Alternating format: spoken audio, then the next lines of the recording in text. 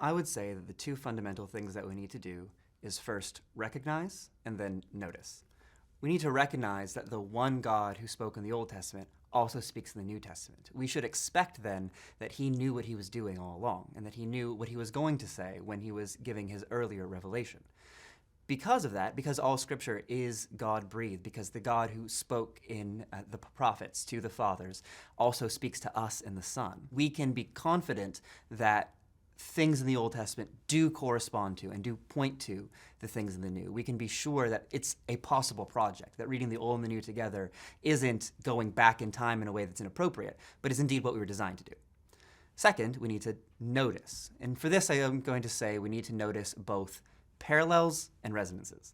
We need to be able to see where the words of the Old Testament are used in the New Testament. This isn't an accident. This isn't something that happens by chance, but rather the New Testament authors, guided by God, were carefully reading and interpreting the Old Testament scriptures. Whenever they're using their words, we should stop and ask why and how. What point is this citation being used to make? What ways are these themes being developed in this new setting in the New Testament books? What context is brought in that we wouldn't expect or that we might? And then beyond that, beyond the actual exact words of the Old and the New, we should see resonances. Look for ways in which things in the Old Testament look like things in the New Testament.